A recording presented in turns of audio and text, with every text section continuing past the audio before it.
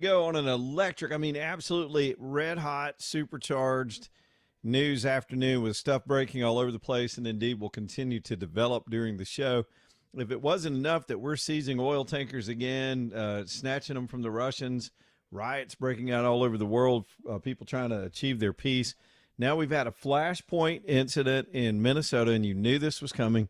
None of this is a surprise to rational people that at some point these leftists were going to get one of their own killed, and that is what's happened in Minneapolis today as the tensions are rising, and that goofball governor is about to speak, the guy who's been under the spotlight this week for his abject corruption and incompetence in running his own state. These people have goaded this until somebody got shot. One of their maniacs that listened to their rhetoric about the federal government and its job to enforce the immigration laws finally got a group of protesters stoked up until a woman tried to hit an ICE agent with her vehicle and got shot in the head. She made an unfortunate choice. The mayor came out after that to try to exploit the situation and was probably one of the most reckless things I've ever seen a public official do. While on one hand claiming that people should be calm, we should have love and peace, and then vilified the officers involved, vilified the federal government, and told them to get the F out of his city. I've got that soundbite for you. Well, heck, I'll just play that for you so you can see how it goes. And then I want to let you know how this idiot mayor, Jacob Fry, of the Somalian goulash fame, he's the guy that ate the nasty goulash and pretended to like it. These people, it's like the battle for civilization in this country is going down in Minneapolis on all fronts, from the public corruption front, billions being stolen. AJ, was that me or you? Did I do that? Yeah, I think that came out of my computer. Man, I need to turn that notice off. I got new stuff rigged up over here in the home studio, and yeah, I think that was me. But yeah, we if I can stop the dings from happening, we'll play this soundbite for you real quick. This is Fry after he thinks he's got a case where the lady in the vehicle, she's described as 37 years old, as a citizen. I think it's one of these white liberal ladies that have lost their minds in this country, and was shot in the face through the front windshield, by the way, which proves the officer was out in front of the vehicle. Well, let me just go ahead and give you the punchline, and then we'll tell the joke. Another video, the minute this idiot mayor got through giving his sanctimonious speech this afternoon, another video came out, because there's dozens of video around everything, and it clearly shows there's an officer in the street trying to square up on this vehicle to get the woman to stop. She had blocked traffic. They were trying to block the ICE agents in so they could surround them and attack them. The agents were being attacked. We've had similar incidents to this. I don't think the people that were shot died. And it was always crazy women. And so they got another crazy woman in an SUV. The officer's in front of the vehicle, and he starts to get out of the way, and she hits him with the corner of the car. You can see it. Now, before that came out, this mayor, who was too quick to want to jump to the politics of this and inflame the case, probably caused his own damn city to burn. Remember, these are the idiots that burned down their city over George Floyd, among others. So I got a feeling the winter of love has just started, and maybe it'll be a lot warmer in Minneapolis by this evening if they decide to set stuff on fire. Here's Jacob Fry with his big mouth. And I have a message for ICE. To ICE, get the out of Minneapolis. We do not want you here. Your stated reason for being in this city is to create some kind of safety, and you are doing exactly the opposite. So not only is that sanctimonious, he's just dead wrong. ICE and the federal government, as has been clearly established, have purview over immigration law. The city of Minneapolis in particular is overrun by illegal immigrants and even some legal immigrants that are ripping the place off and degrading services and a drain on the system. The illegal ones need to go home. All over this country, these people are being deported, and you only see these kind of flashpoint incidents in left-wing cities where the cities have declared themselves sanctuary, which is a problem in and of itself. Jacob Fry, let me say this as clearly as I can. This mayor and that fat-ass goofball governor of theirs have more responsibility for this woman's death than the agent that pulled the trigger. Those agents were surrounded by violent people, being assaulted and pelted, being trapped in while they're doing their jobs, by the way. This is a legal law enforcement agency that has federal law on its side. And to impede their duties and to impede their operations is breaking federal law. To try to escape or not obey a lawful command is to break federal law. To hit an agent with a vehicle is deadly force. I've covered I started trying to count from memory how many cases like this I've covered, especially back in the police beat days. And there were at least 7 that I can come up with from memory where a vehicle shoot is a clean shoot. It's a clean shoot based on the secondary videos that we've seen this afternoon. What counts, let's talk about the law of it right now, as little as I'll get out there over my skis on the law. But what generally counts, especially when it comes to the way the federal agents operate, it's not what the mayor thinks of the video. It's not what any of us think of the video. The only thing that matters as to culpability of the agents are whether the agent felt like his life was in danger. And that's true in state law as well. Whenever you have a police shooting incident, if the cop reasonably feels like the person is a threat to their life or the life of someone else, it's a clean shoot. They can shoot in defense. And we've had case after case after case like that in this country. And this is probably clearer than some of the cases where we've clearly seen cops not be charged in any way. I'll say this. This is a cleaner shoot than when that jackass U.S. Capitol police officer shot Ashley Babbitt during the Capitol riots. There was no use of deadly force in that incident. The lady stuck her head through a window, and without warning, he shot her and killed her. He gets away with it. There's a reasonable case to be made there that he felt like his life was in danger, and he made it, and he was cleared. But this is a much cleaner case. But you're not going to be able to tell that to the crowd, the mad crowd that's in the streets of Minneapolis right now, because they were already crazy when they woke up this morning. They were already against the wall over these evolving stories of the corruption that's going down in their state. And I'm not saying they staged this, but it's damn convenient that they can try to switch the headline to somehow vilifying the federal government. Mayor Jacob Frey seized the politics in this moment and saw a quick opportunity to change the whole subject. Hey, and that's Leland, what you're talking right now. I'm assuming this is live, but they're literally throwing snowballs at I'm watching ICE that. agents. Can we hear any audio of that, or the anchors talking over that news feed? I bet they're talking. They're talking. Let me see if I can find another feed. They're throwing those snowballs at the actual local police. Those look like local vehicles because they're black and whites, but I'm not sure how ICE and the feds are outfitted. Now, let me go back to dissecting the events and the situation that's brewed. It's the language from the leadership all over the Democrat Party, all over this country, against these federal agents or contributors here. It's the fact that they've declared themselves a sanctuary city and invited illegals to be in their city. It's the fact that they do not cooperate with federal officials when they come in to do their jobs under the law, just like local police have their purview under the law. But the lack of cooperation creates more dangerous situations during apprehension. It's a fact. The apprehensions and handoffs can be done in peaceful facilities without all the cameras and chaos. But these left-wing mayors are allowing the chaos by allowing these rioters to get out in the streets and go after our officers that you and I pay. We live in Alabama.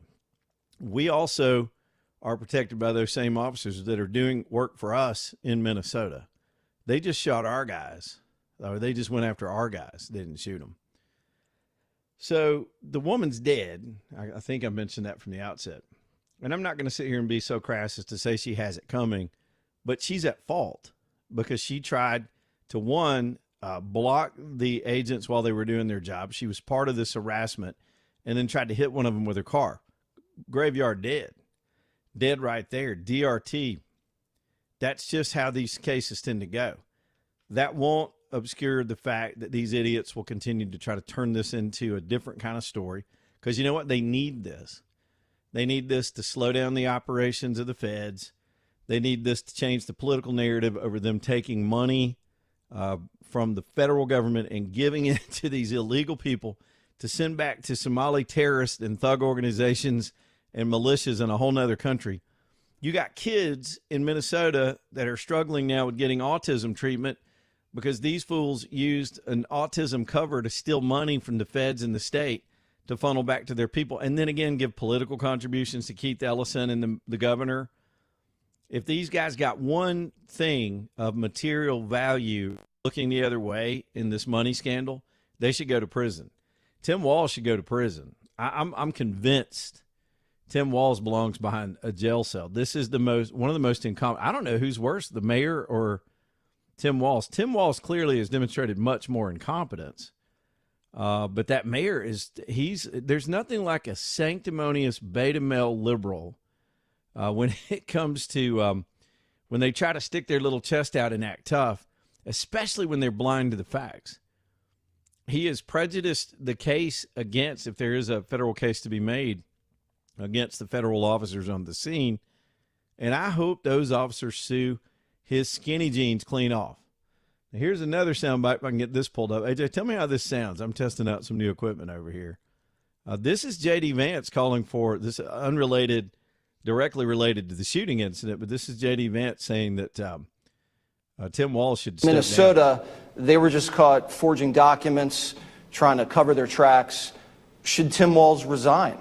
Well, I think Tim Walz should resign. I almost feel bad for the guy, except for the fact that he should have seen this. And whether there was something criminal, whether he was aware of the fraud, which would be criminal, or whether he simply looked the other way, it's a massive, massive failure of government. The Trump administration, by the way, we've already sent hundreds and hundreds of additional people, of resources that are starting to investigate this stuff, get to the bottom of it. Stephen Miller sent people who are literally going door to door at some of these fraudulent daycare centers and trying to understand just how deep the rabbit hole goes. So a clear message from, of course, J.D. Vance with regard to that. And that was before the shooting incident and all that. So there is so much going on in the news just in the state of Minnesota right now, just in Minneapolis, and you get a sense that this isn't going anywhere. The blind leftists in that town are going to try to seize on this moment all evening long to try to, I'm repeating myself now, but to try to change the subject, change the story, and we're not going to let them. I'll tell you what, we're not going to let them. And Trump and the ATF and Tom Homan and the Justice Department, the FBI that's in there, the SBA that's in there, the HHS that's in there over all the stolen billions in that state, they should triple down on the number of federal agents sent into that town. That place should be flipped. And ICE ought to send twice the officers there. There have been at least, we understand, 1,000 arrests and apprehensions just in the last few days, especially once this issue of the stolen money started to surface in this area. And they ought to triple down on it. They ought to bring holy hell down on this godforsaken frozen tundra until these people decide they want to go to Canada or get right. The country's had enough. The country has had enough of this stuff. They're on the wrong side of history. They're on the wrong side of the law. They're on the wrong side of decency. They're on the wrong side of the Constitution. They're on the wrong side of everything this afternoon. And I got my popcorn out. We're going to be covering every little bit of it, every little detail. We got the military at it again, taking ships, embarrassing the Russians. Lord, I've got so much news today, and we'll get to it. We'll get to your phone calls. We'll do what we do. Breaking news and everything that happens by the minute. Leland Live, Talk 99.5. Back after this.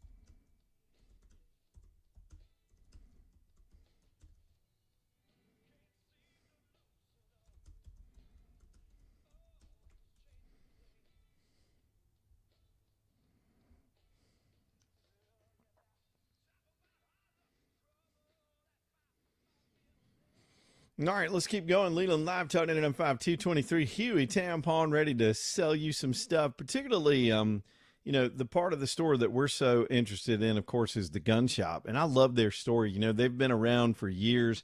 All the folks that live over in Hueytown know about Huey Tampon. And slowly, if you're in that business, you trade in all kind of things of value. Some people will take a pawn store and get a little more into jewelry. Some people back in my day, they would do a lot of musical instruments.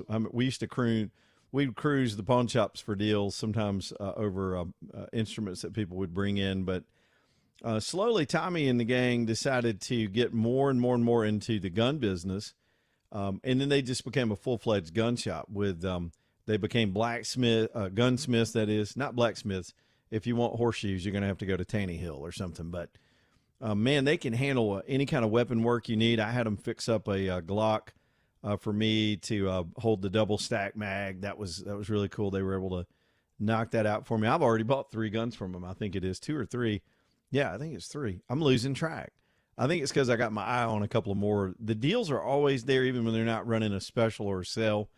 And the thing I would emphasize right now, a lot of folks are so into the fact that the tax stamp came off. By that we mean the tax. The $200 or so tax on the sound suppressors was removed this year with the new law becoming as of January 1. So you can get that deal all over. There's no tax stamp anywhere, but a lot of folks, a lot of gun stores just don't have the sound suppression. And Tommy and his team thought ahead months ago and stocked up. I mean, they went out and invested. I don't know how much money he's got in all those sound suppressors, but it's a room full. So they've got deals on them, and they've got the brands you want in the calibers and the threading and whatever goes into it that you would want. So if you're looking for that for your hunting setup or whatever,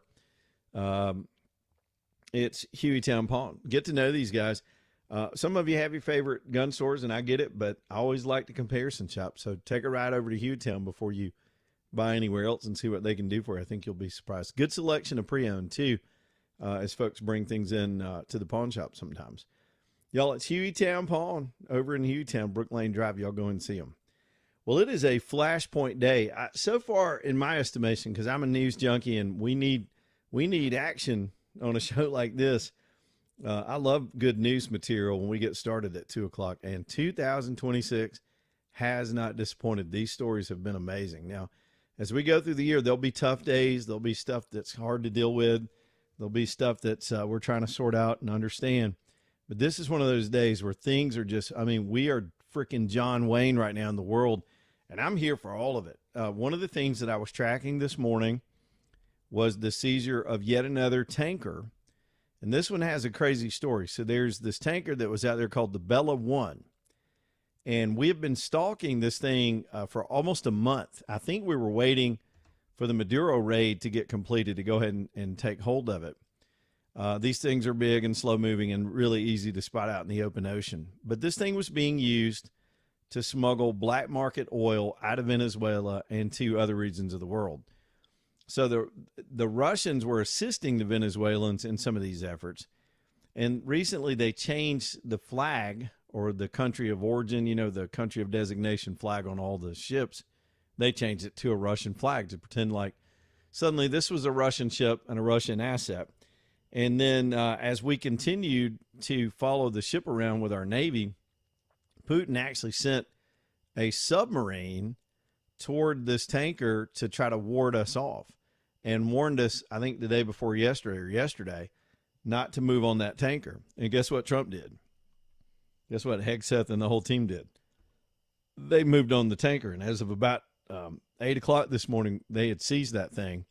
Now, it's supposed to be empty, and what Trump is doing is we're seizing all of these assets. There's a lot of sanctioned oil that is still out there floating around. It's not within the country of Venezuela. It's been pumped and secretly unloaded to tankers, and it's moving around the world to get to these markets and to enrich whoever sent the tankers. Not Maduro anymore. He's a little busy right now. But Trump cut a deal with the temporary government that's there now. It's there's a whole new group of people. Again, they haven't had a free election. There's going to be a huge transition. And Trump and his team were playing chess with the oil itself, and it's so brilliant. Venezuela dries up overnight if they can't keep some kind of oil flowing. And so Trump has now seized all the illegal oil and cut a deal with the Venezuelan government that all the sanctioned oil that's been pumped is going to come here to be refined. We're going to control it. And then we're going to use that to benefit Venezuela as part of the investment money that'll go back. That way the money won't go to thugs and dictators in China and Iran and other places. We make sure the money's going to the actual people in that country to get established again as a free nation, and we're going to take our cut because they seized our assets back in the day. The bigger part of this chessboard is not just Venezuela, though. It cuts off Cuba. Without Venezuelan oil, actually, Cuba has no way to get its gas refined. They're going to be under economic pressure soon. It's putting pressure on the Iranians. It's clearly got the Chinese cut off. They had a $100 million deal, $100 billion deal to take oil off the Venezuelans. They need it. We've now cut them off. This is a power play. Trump found a weak choke point, and he seized on it, and it's got these other nations running for cover in the moment. Now, this is good stuff. And we also seized another smaller tanker called the M. Sophia. It was still in the Caribbean. We may see more of this as we're just rounding up the ill-gotten goods and containing all that stuff to continue to focus on freeing Venezuela. I love it. Back in a minute.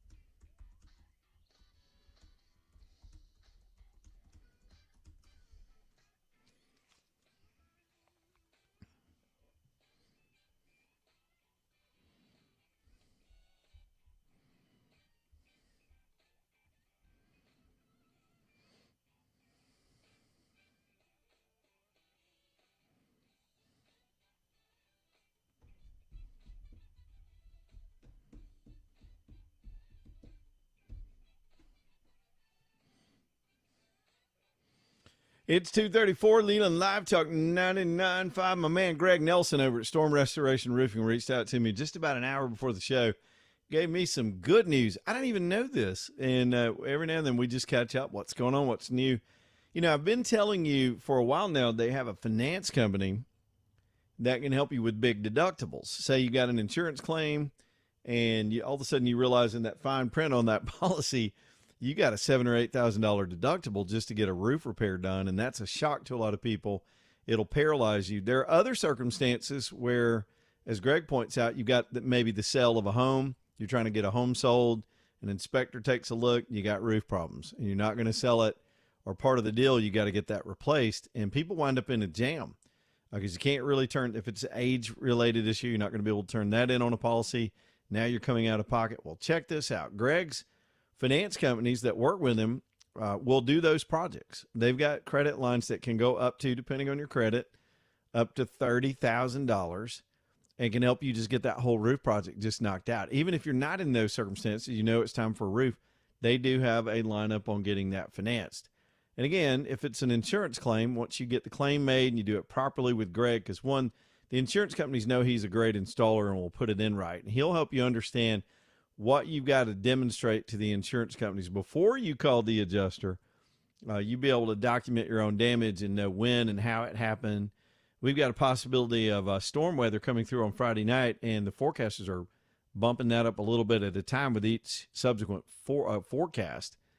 Y'all check with him and see what you can do and get those roofs taken care of. It's one of the more important things on your home. You got to stay dry. And he is an absolute pro. I tell you every single night. His whole family's in the business. Greg's got 10 kids. I think almost all of them work for him in some capacity, his daughters and his sons. And I love that, man. That's the American story right there. A good family business with their pride involved in doing things right with their neighbors. And he'll get you worked out. So here's your roofer if you've got a roof project coming. I even reached out to him about something I got going on. I want him to participate in because I trust him. It's Storm Restoration Roofing. Here's that number, 205-542-3531.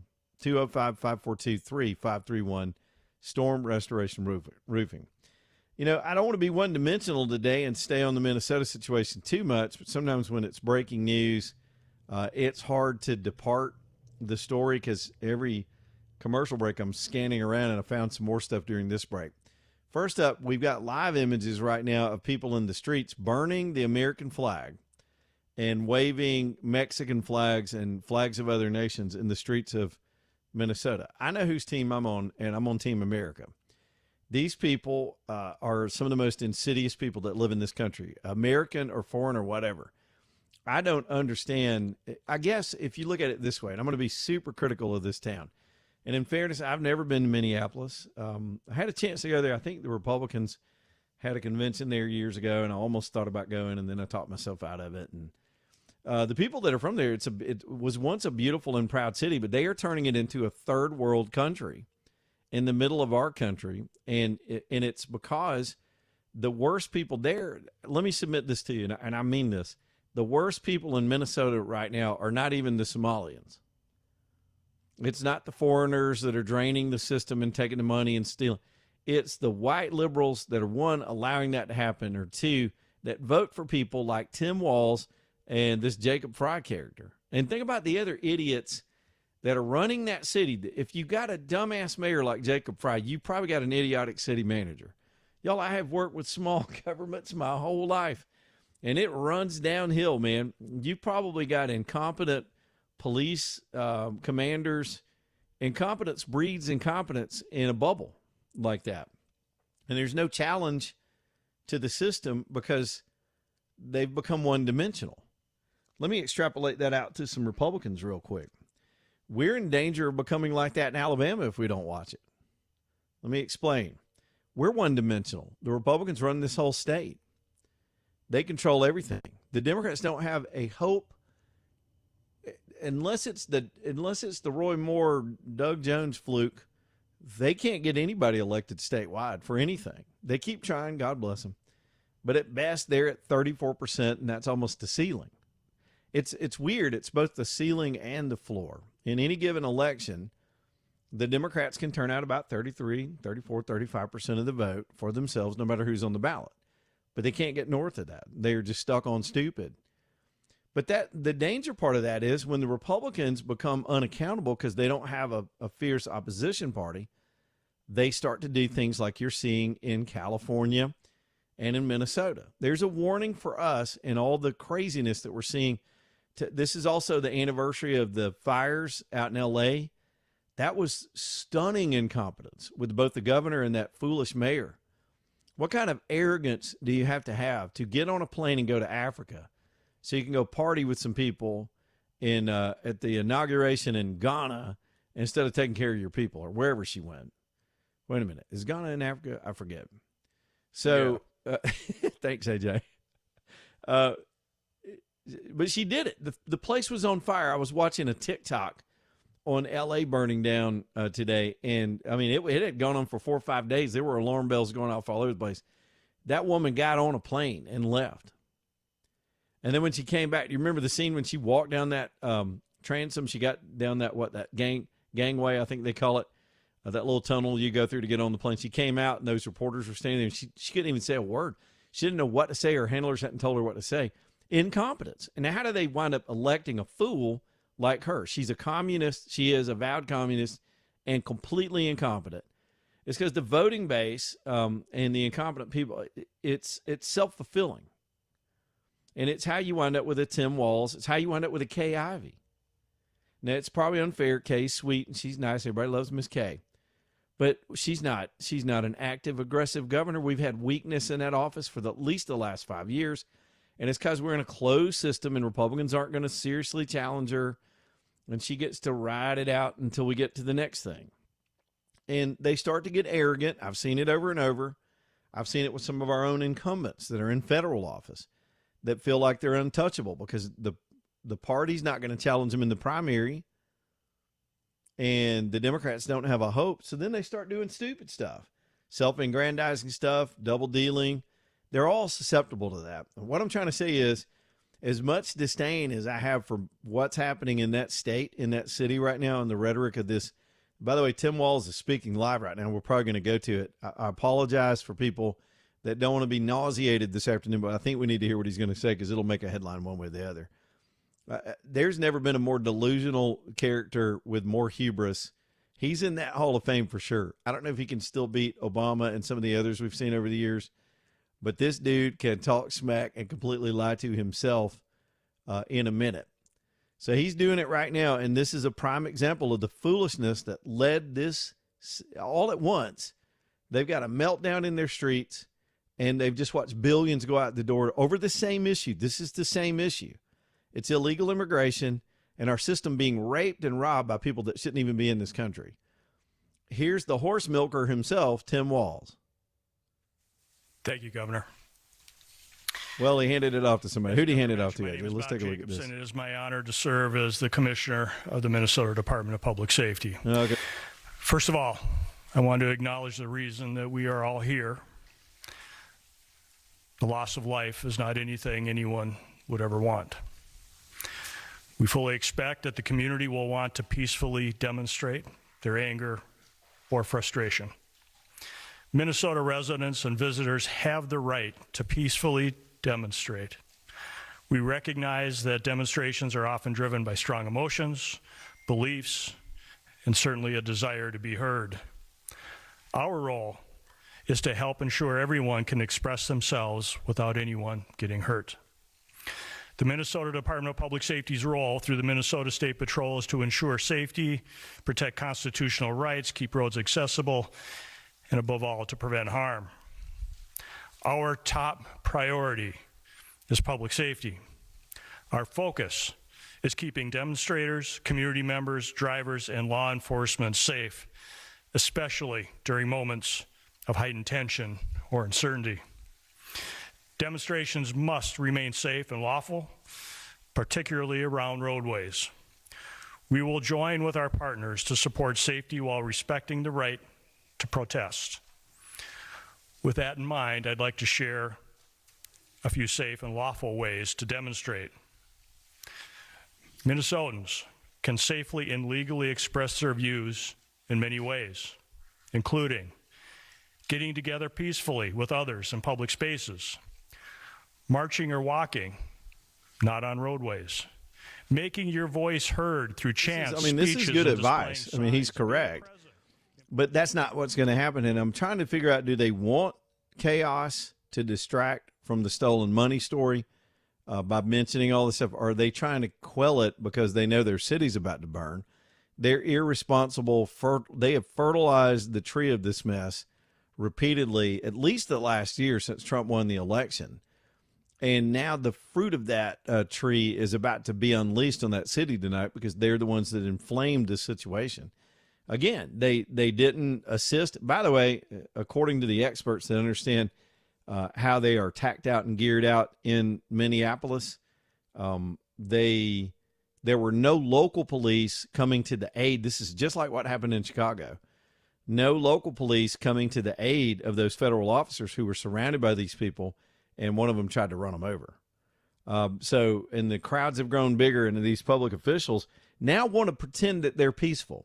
Suddenly they want to have duplicity of looking like they're on a sanctimonious moral high ground over calling for peace and love, but at the same time have been stoking violence and not doing their job as public officials of defending public safety by deploying their police to protect these federal agents so that these things don't happen.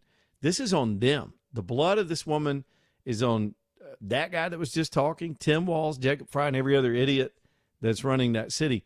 They had more to do with her death than the officers that were involved in the scene with this woman this afternoon. Here's what Trump just said, and then we got to get the break in here. This just came out a second ago. I'm going to just read it to you. I have just viewed the clip of the event which took place in Minneapolis, Minnesota. It's a horrible thing to watch. The woman screaming was obviously a professional agitator, and the woman driving the car was very disorderly, obstructing and resisting, who then violently, willfully, and viciously ran over an ICE officer who seems to have shot her in self-defense.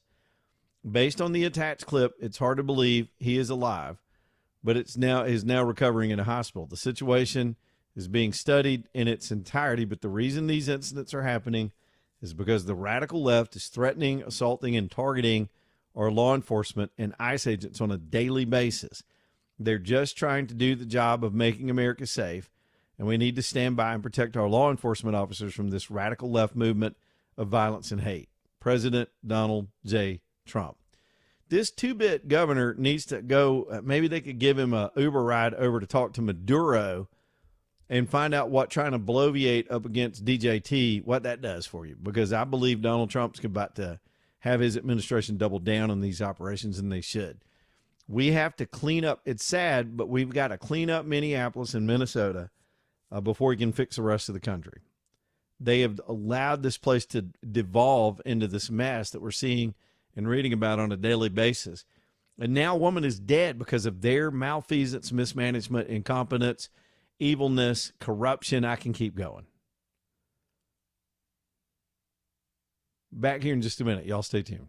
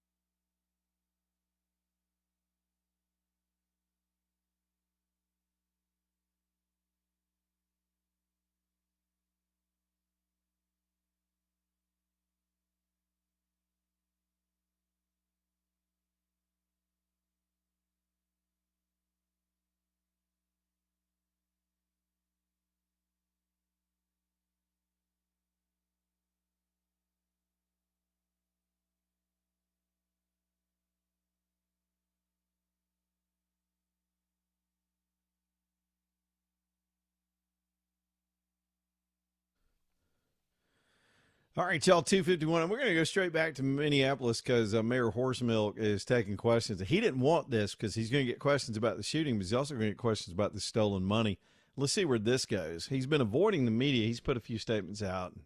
Let's see how this goes. This could be good. Stay tuned. Here, let's go. State Patrol people are like on the ground in Minneapolis right now. And should there have been more State Patrol people on the ground like a couple of weeks ago when I was came? So the question was, how many State Patrol troopers have been deployed to the city of Minneapolis?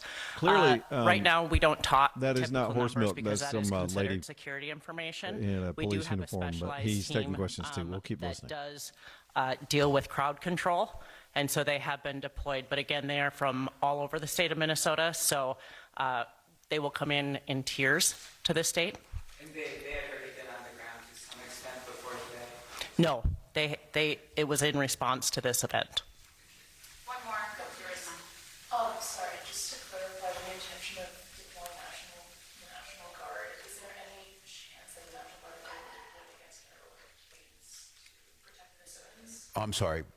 What was it? Has the National Guard ever been deployed against federal agents to protect Minnesotans, given the context of what happened earlier today? Well, I said this yesterday. We've never been at war with our federal government.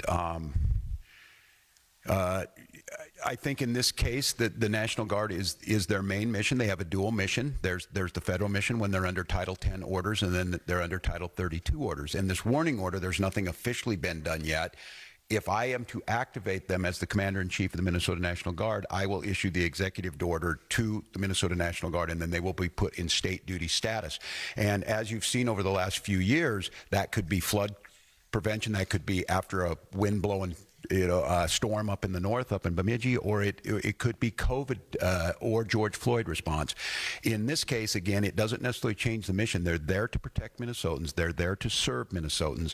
I think the thing that is so challenging in the moment we're in is we don't see a desire to work with us on public safety. We hear a demonization of our state. We see people coming in who don't know our community. And we see this massive display for the TVs that we're trying to understand how is this coordinated. And some of you watch the videos on there, total chaos. And look, I have very limited work in this is the training in the National Guard, but I've had a lot of training now to watch how our professionals operate. After this person was shot, federal agents milling around, touching the vehicle at a crime scene and things, I don't know what to tell you. And I don't quite know how to respond to the question other than my primary responsibility as governor is the protection of the people of Minnesota. And you can be assured whether it's the State Patrol or whether it's the National Guard, their deployment is there to protect Minnesotans from whatever it is. If it's an act of nature, if it's a global pandemic, or in this case, if it is a rogue federal agent. I don't know at this time, and I want to be very careful. It's unprecedented that we have the federal government's already determined exactly what's happened here and the motives of an individual that we don't even know the name. They don't know the name, and that's very difficult. So, well, one more, Dana.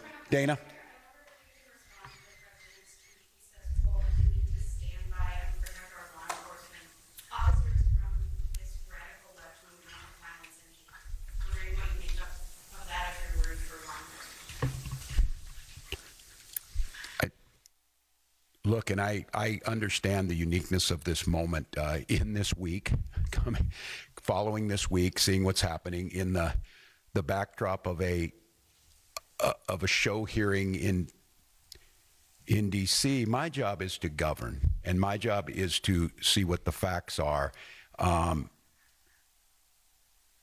This happened a couple of hours ago, and we're already pitting American against American. All of you saw a video in your eyes. We have a chaotic situation caused by the largest deployment in American history of federal agents into a community with no communication to locals. We had a chaotic situation where an individual is in their car, shot and killed. And so, look, I want to be very cautious here because Donald Trump will make this about me. He will make this about politics. This is about public safety, and this is about normalcy. To Americans who are watching this, if you're in Portland or you're in LA or you're in Chicago or you're wherever they're coming next, stand with us. Stand with us against this. This was so preventable, so unnecessary, and I don't know. I hope. Maybe we're at the McCarthy moment. Do you have no decency? Do you have no decency? We have someone dead in their car for no reason whatsoever. And Did this man even see the mayor's news conference? I don't want to be the right mayor about this, but I said ejected politics, indecency, and judged this case before this idiotic governor ever started talking. Trump hasn't said anything on those lines. He is an idiot, and he's fumbling for his words, and he's pulling up old rhetorical stuff from years ago. This has nothing to do with McCarthy, and he's right. If this didn't have to happen, if he had done his job as a state and allowed the feds to remove these people and not declared sanctuary status of any kind and not handed them billions of dollars of money to run around with, we wouldn't be having this issue in Minnesota. But we need to have this issue in Minnesota, and I hope they send 3 times as many federal agents to that city. Let's listen to this idiot for a little bit more. We got to get the top of the hour break in there. I did just put him back up. There we go. Okay, there you have it. All right, so I guess he's done. Did he walk off? My monitor's a little bit off from you. What a crazy day we're having here in the country, and you can sense it. I mean, I try to read body language. I've given up on listening to the words that politicians say, all of them, almost all of them.